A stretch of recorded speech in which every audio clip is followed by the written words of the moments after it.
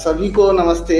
मैं डॉक्टर प्रताप निर्भय सिंह प्रेरणा मीडिया की ओर से आप सभी का स्वागत करता हूं। आज हम जिस विषय पर बात करने वाले हैं वो हमारे देश की सांस्कृतिक समृद्धि से और आध्यात्मिक विरासत से जुड़ा हुआ एक विषय है और हमारे संपूर्ण भारतवर्ष में आदर और सम्मान के रूप में प्रतिष्ठित है। हम बात कर रहे हैं श्री गुरु ग्रंथ साहिब जी की, जिनका प्रकाश उत्सव हम आज मना रहे हैं। इसी विषय पर बात करने के लिए आज हमारे बीच में मुख्य अतिथि के रूप में एक विशिष्ट व्यक्ति उपस्थित हुए हैं, जिनका मैं परिचय देना अपना कर्तव्य समझता हूं। हमारे बीच आज उपस्थित हैं भारतीय सेना के सेवानिवृत्त कर्नल जयवंत सिंह जी साहब, जो भारतीय सेना से कर्नल के रूप में सेवानिवृत्त हैं, परंतु उसके पश्चात भी अनेक क्षेत्रों में आज सक्रिय रहते हुए अपनी सेवाएं दे रहे हैं। इसी के साथ कर्नल साहब एक लेखक भी हैं, जिन्होंने कई पुस्तकें लिखी हैं, जिनमें से Jammu and Kashmir the tide turns, armed forces special power act और the Nanak a chronicle of the Sikh gurus कर ये कुछ विशिष्ट पुस्तकें हैं। इसी के साथ कर्नल साहब Jammu and Kashmir study circle से भी जुड़े हुए हैं। हम कर्नल साहब आपका बहुत बहुत स्वागत करते हैं प्रेरणा मीडिया के इस मंच पर। आपका बहुत बहुत स्वागत है। बहुत बहुत धन्यवाद जी। वाहिगुरु जी का खालसा, श्री वाहिगुरु जी की फतेह। मैं बहुत खुश हूँ, मेरे लिए बहुत आदर सम्मान की बात है कि ये प्रेरणा मंच में मैं आया हूँ। बहुत अच्छा लग रहा है। तो जैसे आपका आदेश होगा वैसे हम आगे बढ़ेंगे। आप जैसी शख्सियत को तो आदेश नहीं दिया जा सकता है, बस आपसे निवेदन किया जा सकता है कि आज का जो हमारा ये विषय है उस पर कुछ विषयों पर हम चर्चा विमर्श करेंगे। आपका मार्गदर्शन हमें प्राप्त होगा और आपके माध्यम से जो हमारे दर्शक हैं वो भी ये जान पाएंगे कि श्री गुरु ग्रंथ साहिब जी जो हैं वो भारत में किस प्रकार से प्रतिष्ठित हैं, श्रद्धा और आदर का केंद्र हैं। तो सबसे पहले तो आपसे निवेदन करूंगा कि श्री गुरु ग्रंथ साहिब जी के विषय में ही आप थोड़ा सा बताइए। Thank you. ऐसा है कि आपने मेरे को एक बहुत दुविधा में डाल दिया, क्योंकि मैं नहीं समझता कि मेरे में कोई ऐसी काबिलियत है जिसके साथ कि मैं श्री गुरु ग्रंथ साहिब जी के बारे में कोई टिप्पणी कर सकूं। मैं तो एक बहुत छोटा आदमी हूं और मेरी नॉलेज भी बहुत कम है।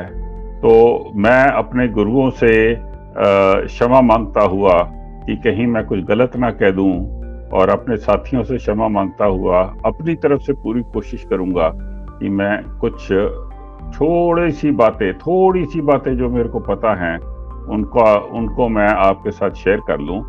तो ये कहते हुए मैं सबसे पहले तो आपको एक छोटा नहीं, काफी लंबा हो जाएगा, उसके बाद आप सवाल पूछ लेना। एक आपको एक पूरा एक ढांचा दे देता हूँ गुरु ग्रंथ साहब का कि कैसे निर्माण हुआ गुरु ग्रंथ साहब का।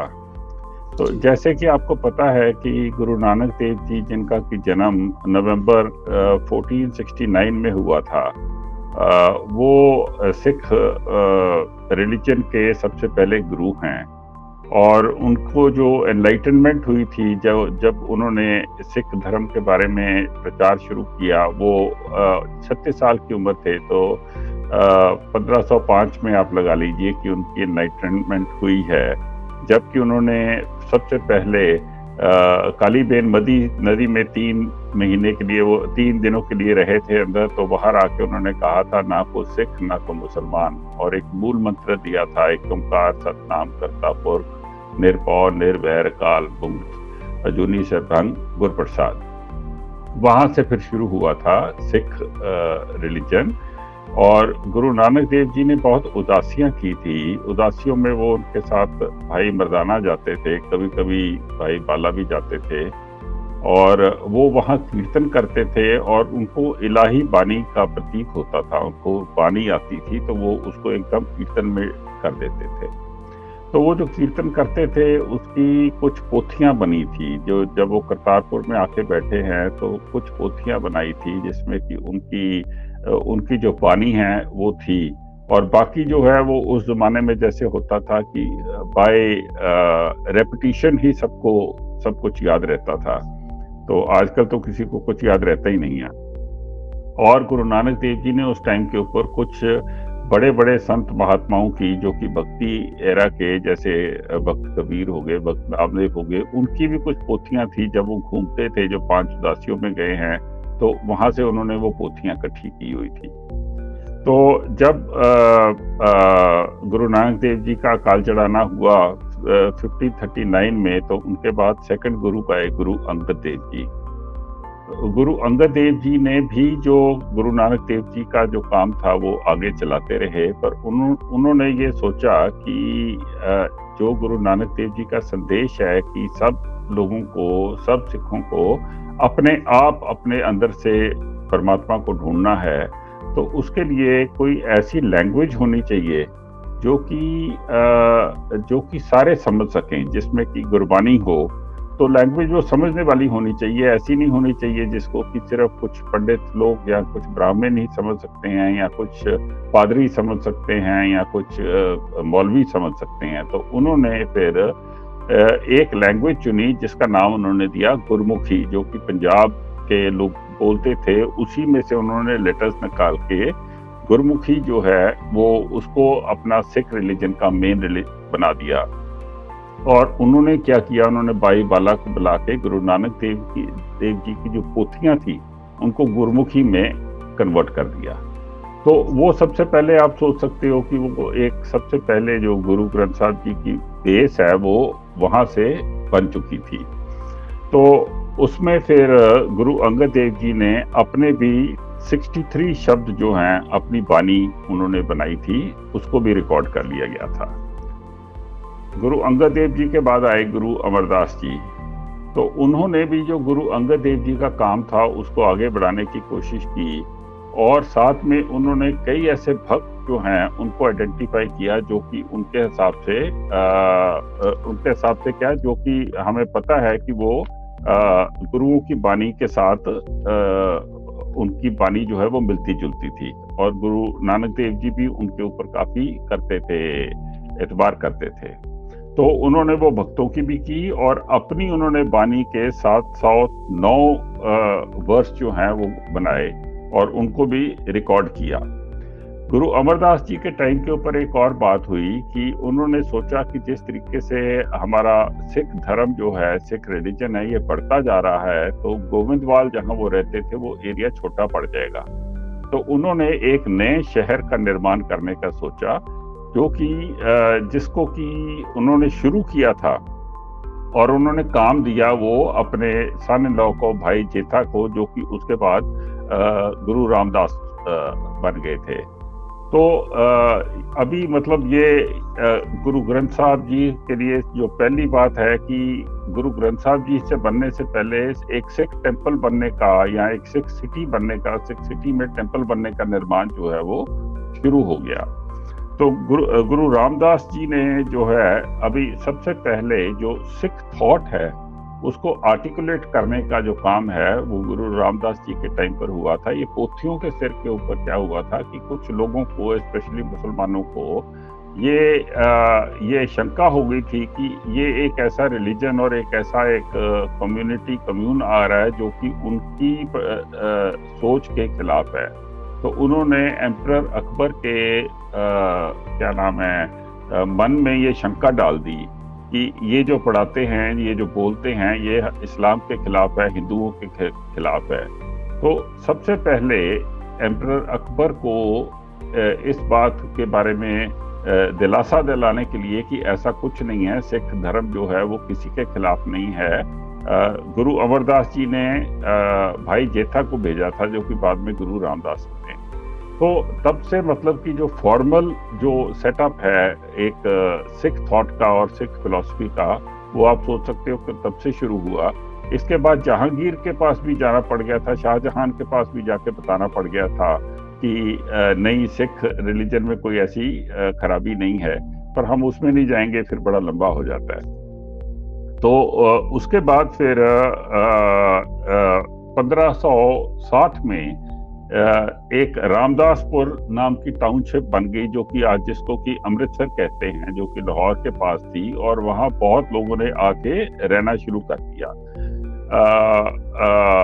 अभी गुरु रामदास जी ने जो है ये रामदासपुर को खड़ा किया था, शुरू किया था। आपको मैंने जैसे बता दिया है, गुरु अमरदास जी के टाइम के ऊपर और रामदास जी ने किया और वहाँ रहना शुरू कर दिया था गुरु रामदास ने। तो उन्होंने एक बानी तब एक क्रिएट की थी। सिखों ने उनको कहा कि जो शादी के जो त्योहार है, जो शादी के जो तौर तरीका है, वो थोड़ा मुश्किल है। ब्राह्मणों को पैसे ज़्यादा देने पड़ते हैं, संस्कृत में समझ नहीं आती है। तो गुरु रामदास जी ने एक गुरमुखी में एक तरीका निकाला जिसको कि आजकल हम आनंद कारज कहते हैं। तो वो उनकी कंट्रीब्यूशन थी, और भी उनकी काफ़ी बानी है गुरु रामदास जी की। तो उसमें आनंद कारज में उन्होंने आनंद साहिब का भी पाठ रखा, जो कि गुरु अमरदास जी ने बनाया हुआ था। तो ये एक और फॉर्मेलिटी आ गई कि हमारे जो रिचुअल्स हैं वो अलग होने शुरू हो गए और अपने तरीके से बनने शुरू हो गए। अब आते हैं गुरु ग्रंथ साहब जी के ऊपर, जिसका कि काम ज़्यादा जो है वो गुरु अर्जन देव ने किया था। अब आप पहली बात तो ये देख लीजिए कि आपका रामदासपुर बन गया, अमृतसर बन गया, वो बस गया। तो अभी जब एक शहर बन गया था, उसमें सरोवर बन गया, तो फिर ये सोचा कि इसमें एक बहुत सुंदर मंदिर बनाया जाए, एक सिख टेम्पल बनाया जाए। तो उस टेम्पल की नींव जो है वो एक बहुत जाने माने क्या नाम है, मुस्लिम पीर थे, उनसे रखाएगी। मियाँ मीर उनका नाम था। और इस टेम्पल में 4 दरवाजे दिए गए कि सब मजहब और सब एरिया से लोग आ सकते हैं, जैसे कि करतारपुर साहिब में गुरु नानक देव जी ने रखे गए थे। और सिखों का ये कहना था कि टेम्पल वहाँ से सबसे ऊंचा होना चाहिए पूरे शहर में, पर गुरु अर्जन देव जी का कहना था कि इसको हम नीचे लेवल पर रखेंगे, क्योंकि ह्यूमिलिटी जो है वो सिखों का एक सबसे बड़ा प्रतीक है। इसलिए आप देखेंगे कि हरमंदिर साहब जो है वहाँ सीढ़ियों से नीचे जाना पड़ता है। तो उन्होंने हरमंदिर साहब का निर्माण किया, और फिर उन्होंने देखा कि अब तक तो आप अंदाजा लगा लीजिए कि गुरु नानक देव जी को गए हुए कोई हो गए थे, वो गए थे 1539 में, तो 50 साल हो चुके थे। मैं अभी 1580s की बात कर रहा हूँ।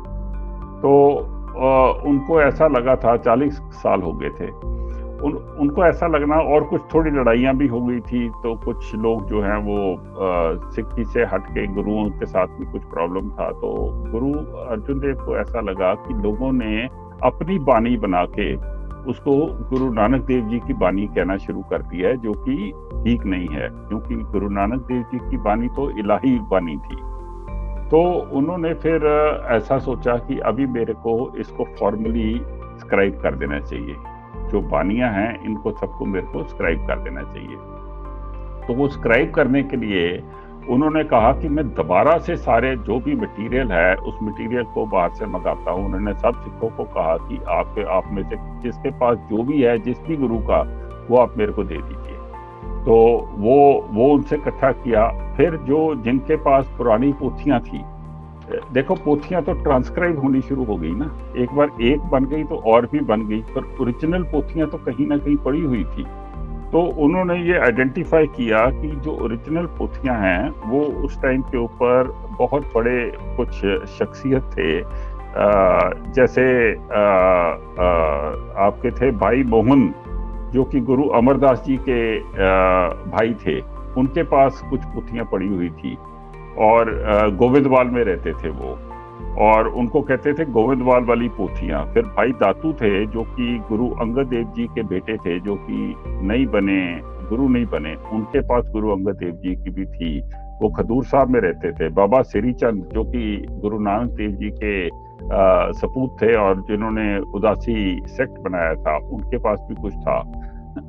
तो गुरु अर्जन देव ने ये सारा मटेरियल इकट्ठा करना शुरू कर दिया, और इसको बड़ी नम्रता से इकट्ठा करना शुरू किया पड़ा, क्योंकि आपको ये मैं बता दूं कि भाई मोहम्मद जो हैं वो देना नहीं थे चाहते, और वो थोड़े से तीखे मजाज के थे, इतने बड़ी शख्सियत थी। तो वो जब जब उनके पास भाई गुरदास को भेजा गया लेने के लिए, उन्होंने ना कर दी। फिर गुरु अर्जन देव खुद गए और भाई मोहन ने कह दिया मैं तो तपस्या में बैठा हूँ, मैं मिल ही नहीं सकता। तो 3 दिन के लिए वो उनके घर के नीचे, उनकी खिड़की के नीचे भजन कीर्तन करते रहे, उनकी प्रशंसा करते रहे। फिर जाके कहीं भाई मोहन जो हैं उनका दिल पिघला और उन्होंने पोथियां दी। तो बहुत मुश्किल से ये मटेरियल और बड़ी नम्रता से ये इस मटेरियल को गुरु अर्जन देव ने इकट्ठा किया था। तो उसके बाद फिर कौन लिखेगा इसको गुरु अर्जन देव जी के साथ, और फिर एक गुरु हैं उनका और भी काम है। तो हरमंदर साहब का काम जो है वो उन्होंने भाई बुड्ढा को दे दिया। भाई बुड्ढा एक बड़े पुराने शख्सियत गुरु नानक देव जी के टाइम से लेके गुरु हरगोबिंद जी के टाइम तक रहे हैं, बहुत माने जाने हैं। अब आज के इसमें मैं ज्यादा नहीं उनके बारे में बताऊंगा, टाइम ज्यादा हो जाएगा। भाई बुड्ढा के बारे में तो वहां उनको दे दिया भाई गुरदास, जो कि दतार चंद के बेटे थे, और गुरु अमरदास के जो कि दतार चंद का भाई थे, दतार चंद जो है वो गुरु अमरदास के भाई थे और उनके बेटे थे भाई गुरदास। तो नेफ्यू हो गए ना उनके, हैं?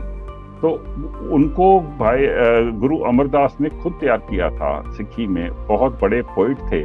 उनके ऊपर ये जिम्मेदारी डाली कि आप मेरे साथ मिलके और गुरु ग्रंथ साहब जी का निर्माण करेंगे। तो वो निर्माण फिर शुरू हुआ, काफी देर चलता रहा। तो फाइनली 30 अगस्त 1604 में गुरु ग्रंथ साहब जो है वो उसका निर्माण हुआ गुरु का, और हरमंदर साहब में इंस्टॉल की गई। पूरे जो अभी जिस तरीके से है उसी तरीके से गुरु ग्रंथ साहब को ऊपर रखा गया, गुरु नीचे बैठे, और उस टाइम के ऊपर सबसे पहले इसका ग्रंथी जो है वो भाई बुड्ढा को बनाया गया। तो ये 1 सितंबर 1604 में गुरु ग्रंथ साहब का हरमंदर साहब में निर्माण हो चुका था। तो उसके बाद फिर आप सवाल पूछेंगे तो मैं आपको बताऊंगा, बट बेसिकली ये है कि जब गुरु हरगोबिंद के टाइम के ऊपर फिर कुछ थोड़ी बहुत लड़ाई झगड़ा हो गया था इनके बीच में। तो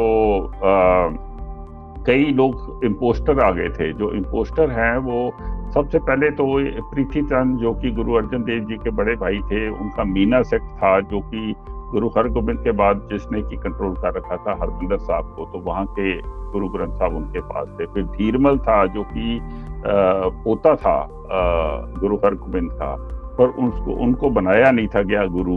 तो जो ओरिजिनल गुरु ग्रंथ साहब थी करतारपुर साहब में उनके पास थी, गुरु हरगोबिंद तो कीरतपुर साहब चले गए थे।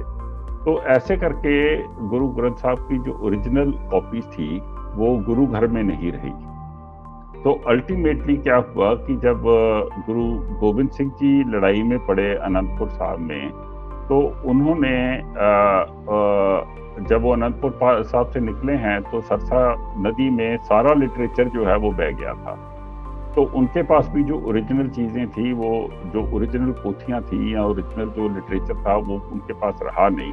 तो बैटल ऑफ चमकौर, उसके बाद बैटल ऑफ चमकौर के बाद फिर माछीवाड़ मुक्तसर साहब के बाद वो दमदमा साहब चले गए थे जहाँ की वो 9 महीने रहे थे। तो वहाँ उन्होंने सोचा कि अभी मेरे को जो भी प्रॉब्लम्स हैं, जो भी बार बार लिख के कुछ चीज़ें गलत हो जाती हैं, तो मेरे को गुरु ग्रंथ साहब को दोबारा रीऑथेंटिकेट करना चाहिए। तो ये रीऑथेंटिकेट करने के लिए उनको तो ज़बानी याद थी गुरु ग्रंथ साहब, तो उन्होंने उसको गुरु ग्रंथ साहब को रीऑथेंटिकेट करने के लिए भाई मनी सिंह को अपने साथ बैठाया और दोबारा गुरु ग्रंथ साहब का निर्माण हुआ। निर्माण करने के बाद मतलब वही गुरु ग्रंथ साहब थी, पर उसको जो प्रॉब्लम्स थी या कोई किसी ने कुछ स्क्राइबिंग में गलतियां थी उसको उन्होंने लिख दिया। और गुरु ग्रंथ साहब में उन्होंने गुरु तेग बहादुर जी की भी बानी डाल दी। गुरु तेग बहादुर जी के 116 शब्द हैं जो कि 15 राग में हैं। तो मतलब गुरु तेग बहादुर जी की जो बानी है वो सबसे ज्यादा बानी उसमें गुरु नानक देव जी की है, और उसके बाद गुरु तेग बहादुर जी की है। तो गुरु अर्जन देव ने तो जैसे कहा था कि वो जो भक्तों की पोथियां थी वो भी पूरे डाल दिए थे, भट्ट की बानी भी डाल दी थी, उसके बारे हम अभी बात करेंगे। तो इस तरीके से फिर उन्होंने बना के, तो तब तक गुरु गोविंद सिंह जी ने अपना कंट्रोल जो है वो हरबंदर साहब पर कर दिया था। तो भाई मनी सिंह वहाँ चले गए, वहाँ फिर और कॉपियाँ बननी शुरू हो गई, एग्जैक्ट सेम कॉपी जो कि उन्होंने बाकी जो 6 सेंटर्स थे उनको भेजी। तो इस तरीके से गुरु ग्रंथ साहब जी का निर्माण हुआ।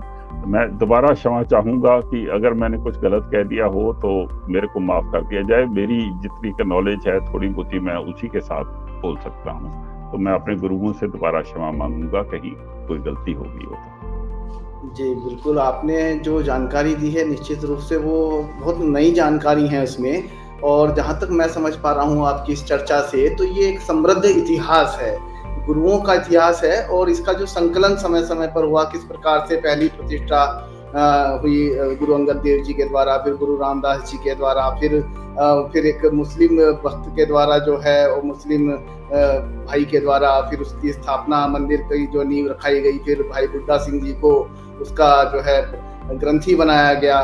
तो ये जो आपने पूरा इतिहास बताया, तो मुझे तो लगता है आप बिल्कुल ठीक कह रहे थे कि एक एक विषय पर आपको जो है एक अच्छा विषय रख सकते हैं।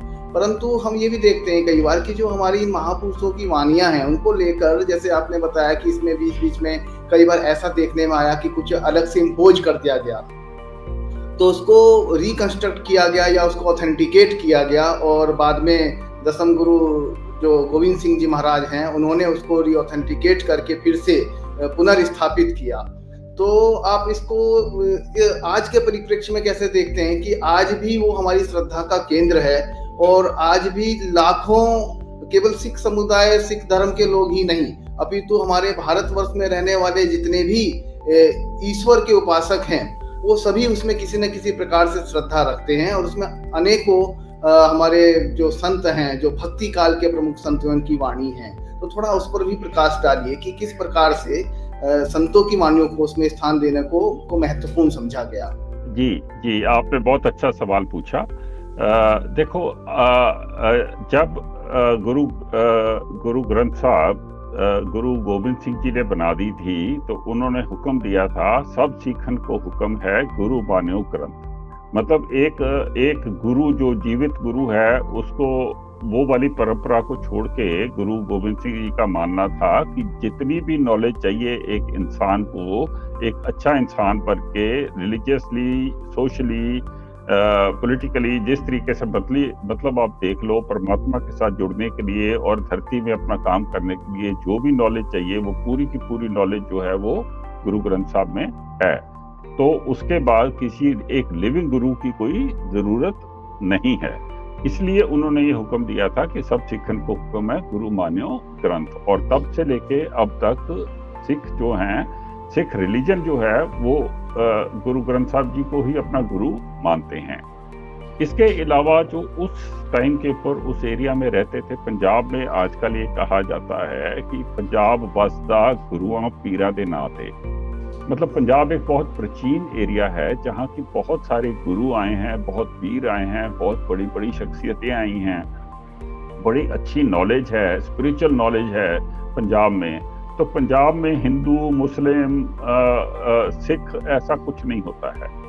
तो 80% जो हिंदू हैं, 80% क्या 100% हिंदू जो हैं वो हर हालत में गुरुद्वारों में भी जानते हैं। हिंदुओं का जो पहला बच्चा है वो सिख बनाया जाता है, अभी भी है, थोड़ी परंपरा कम हो गई है, मैं चाहता हूँ कि ये थोड़ी ज़्यादा हो जाए। तो इस तरीके से मतलब पंजाब में तो कुछ नहीं था। तो आहिस्ता आहिस्ता जो पंजाब की जो श्रद्धा थी, वो श्रद्धा जो है वो बाहर भी फैल गई। तो विद द रिजल्ट की गुरुद्वारा एक ऐसी जगह है जहाँ गुरु ग्रंथ साहब होती है, जहाँ लंगर मिलता है, जहाँ एक बहुत ही एक होली एनवायरनमेंट होती है, इंसान को सुकून मिलता है वाणी सुनने से। इलाही वाणी है, परमात्मा की वाणी है। तो सब मजहब जो हैं वो उसमें आते हैं और देखते हैं। ये तो हिंदुस्तान की एक परंपरा बन गई, अभी बाहर भी बनती जा रही है। तो जो हमने वो बात की थी ऋषियों मुनियों की, जब गुरु ग्रंथ साहब को बनाया गया था, तो ये सोचा गया था कि हम इस बात पे नहीं जाएंगे कि किसी एक गुरु या एक मजहब की बात नहीं करेंगे, हम सारी वाणी इसमें डालेंगे जो कि अच्छी चीज़ें हैं। तो जैसा कि आपको पता है कि गुरु नानक देव जी के आने से पहले ही हिंदुस्तान में बहुत भक्ति मूवमेंट था, जिसमें बहुत ऐसे भक्त आए थे जो कि अलग अलग कास्ट के थे, और उन्होंने अपने तरीके बताए थे परमात्मा के साथ प्रेम करने के लिए। तो उनकी भी जो पोथियां हैं उनको इकट्ठा करके वो भी गुरु ग्रंथ साहब में डाली थी। फिर पोइट्स होते थे जिनको भट्ट कहते हैं, तो उनकी भी डाली। तो गुरु ग्रंथ साहब में इस टाइम के ऊपर उसमें 11 भट्ट की बानी है। 11 भट्ट हैं जो कि जिनका नाम है काल, कलेसर, ताल, जलूप, जल, कीरत, सल, बाहिल, नल, भीखा, जलन, कस, गेंद, सेवक, पथरा, बल और हरबंस, इनकी बानी है। ये भट्ट जो हैं ये स्कॉलर्स थे, पोइट्स थे, सिंगर्स थे। ये इन्होंने परमात्मा की ही वो करने की, क्या कहते हैं, बड़ाई करने का इनका काम था, जैसे सूफी होते हैं।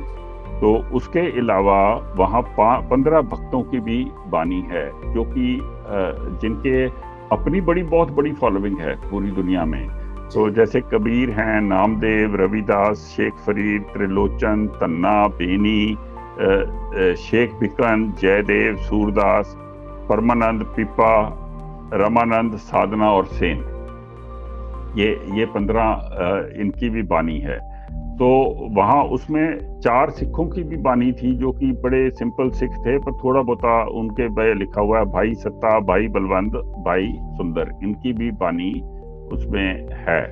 तो इस तरीके से गुरु ग्रंथ साहब जी में ऐसी इलाही बानी है जो कि एक तरह से पूरे भारतवर्ष का एक प्रतीक बन जाता है, जिसको कि गुरुमुखी में ट्रांसलेट किया है। हाँ जी, भारत की जो आध्यात्मिक विरासत है और जो सनातन हमारी परंपरा है, उसमें जितना भी ईश्वर से संबंधित चिंतन किया गया है, तो तत्कालीन समय में जो संत हुए हैं उनको भी बड़ा आदर पूर्वक उसमें स्थान दिया गया, समाज को जागरूक करने की दृष्टि से। जी। अच्छा, अब मुझे ये और बताइए कि अभी जो श्री गुरु ग्रंथ साहब जो हैं वो गुरुदेव के रूप में प्रतिष्ठित हैं, तो क्या ये जो सनातन हमारी परंपरा है उसके परिप्रेक्ष्य में इसको हम कैसे देखते हैं? देखो, जितना भी भारतवर्ष में जो भी एक थॉट प्रोसेस निकला है, स्पिरिचुअल थॉट प्रोसेस है या वे ऑफ लाइफ है, वो उसका जो बेस है वो तो हमारे वेद ही हैं। सो बेसिकली जो गुरु नानक देव जी ने कोशिश की थी वो ये थी कि जो ओरिजिनल वेद की जो बानी है, जो वेद में लिखा है, जो ओरिजिनल है, और उसमें जितना कोई पखंड आ गया है या किसी तरीके से लोगों को क्या उसको निकाल के, तो आप एक ऐसा एक सिस्टम बनाओ जिसमें कि हर इंसान का परमात्मा के साथ एक डायरेक्ट कनेक्शन बना दो। किर्त कर वंड छक नाम जप, कि तुम काम भी करो, तुम कम्युनिटी में भी रहो, एक दूसरे के साथ बैठ के करो और प्रभु का नाम लो, जो भी आप बुलाना चाहते हो। तो उस तरीके से देखा जाए तो गुरु ग्रंथ साहब जी का जो बेस है वो उस तरीके से ही बना हुआ है। तो सब मतलब ये हिंदुस्तान का ही कल्चर है, कहीं बाहर से तो ये बातें आई नहीं हैं।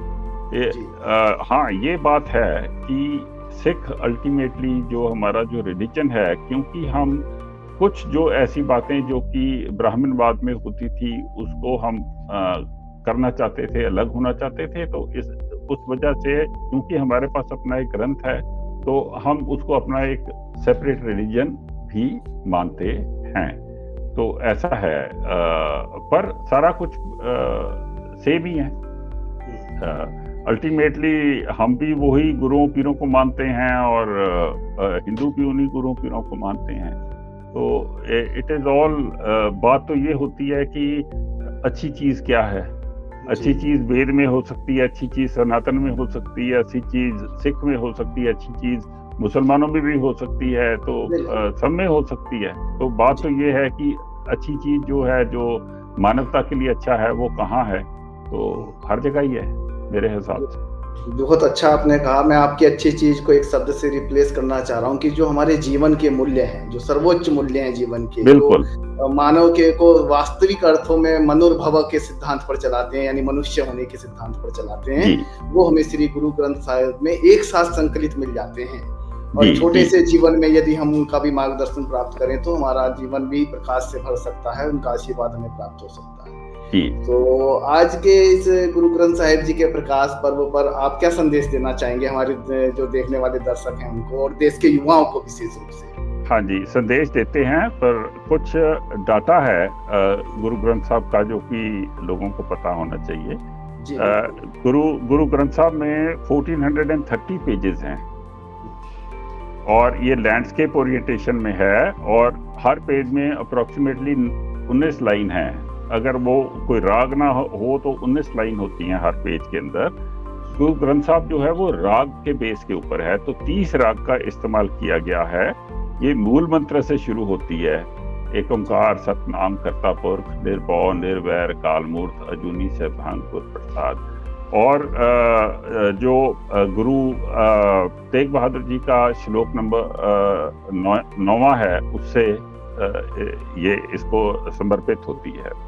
तो टोटल इसमें 26,852 लाइन्स हैं एंड 3,98,627 वर्सेस हैं, वर्ड्स हैं।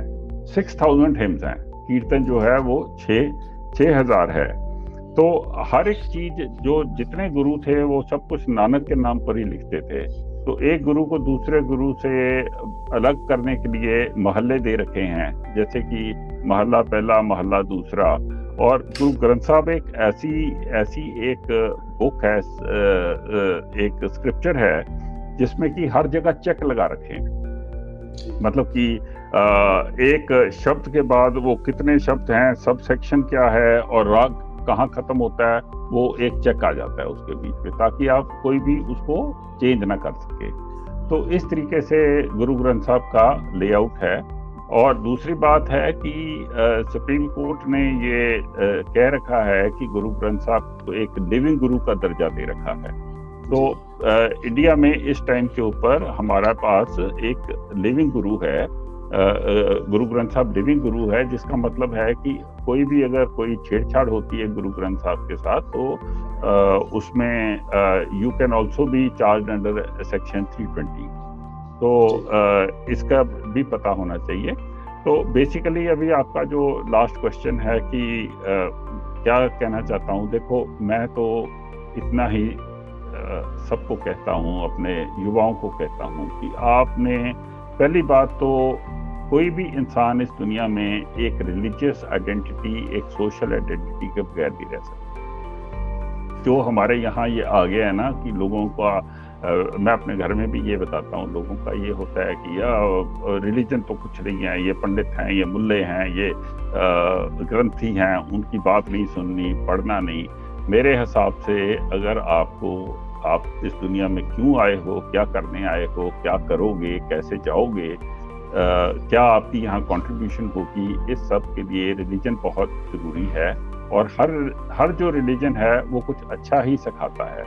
ये आपकी अपनी मानसिकता है जो कि उसको अच्छा समझ ले कि खराब समझ ले, या उसको बिल्कुल ही छोड़ दे, जो कि आजकल ज़्यादा चल रहा है। तो बेसिकली इसमें हमें पॉलिटिसाइज नहीं करना चाहिए, अपने रिलीजन के साथ जुड़े रहो, दूसरे रिलीजन के बारे में भी पढ़ो, ताकि आप एक रोज जिंदगी काट सको और अच्छा जीवन बता सको, जिसमें कि आप अच्छी बातें करो। और ये जो मैंने काफ़ी कॉम्प्लेक्स चीज़ें आपको बताई हैं, तो मैंने एक किताब लिखी हुई है। एक्चुअली बेसिकली क्या हुआ था कि मेरे घर में भी अभी सारे जो हैं, हम 3 जनरेशन से इंग्लिश स्कूल्स में पढ़ रहे हैं, 2-3 जनरेशन, तीसरी जनरेशन अभी इंग्लिश स्कूल में पढ़ रही है। तो हम और बेसिकली ये ऐसा है कि हमारे खानदान जो बड़ा है वो सिर्फ बानी के कारण ही बड़ा है। हमारा जो अपने गुरुओं के साथ प्यार है, उसी के कारण हम आगे बढ़े हैं। तो मेरे को ये था कि किसी तरह से मैं अपनी आने वाली पीढ़ियों को गुरुओं के बारे में कुछ बता दूं, जिसके कारण कि मैंने एक किताब लिखी, अपने लिए लिखी, अपनी फैमिली के लिए लिखी, ये है the Nanak chronicle of the Sikh gurus जी। तो ये मैंने तो लिखी है अपने बच्चों के लिए, तो पर ये अमेज़न पर अवेलेबल है, शायद थोड़ी बहुत ही होगी, मैं तो चेक नहीं करता। तो पर अगर किसी को चाहिए तो इसमें डिटेल में गुरु ग्रंथ साहब के बारे में तो एक पूरा चैप्टर है। एंड में 15-20 साल का बच्चा जो कि पहली बारी पढ़ रहा है या कोई बड़ा पढ़ ले उसको भी मजा आता है, उसको रिपीट हो जाता है, पर बच्चा पढ़ ले तो उसको समझ आ सके। तो अगर ये किताब किसी को चाहिए पूरी तो अमेज़न के ऊपर है। तो मैं सबको शुभकामनाएं देता हूँ, जन्माष्टमी की देता हूँ, आने वाले पर्व की देता हूँ। तो सबको ये कहता हूँ कि अच्छी जिंदगी रोज जिंदगी जियो।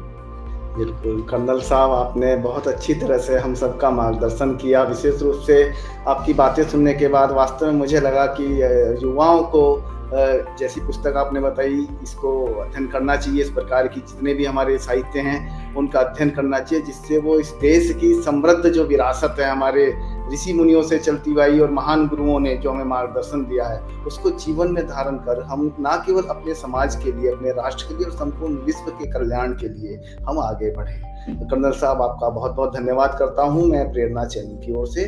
बहुत बहुत धन्यवाद आपका। सत श्री अकाल। सत श्री अकाल। वाहिगुरू जी का खालसा, वाहिगुरू जी की फतेह। नमस्कार। नमस्कार। और मेरे को बहुत अच्छा लगा आपसे बात करने में। कोई भूल चूक हो गई हो तो मैं आपके दर्शकों से और सबसे पूरे विश्व से क्षमा चाहता हूँ।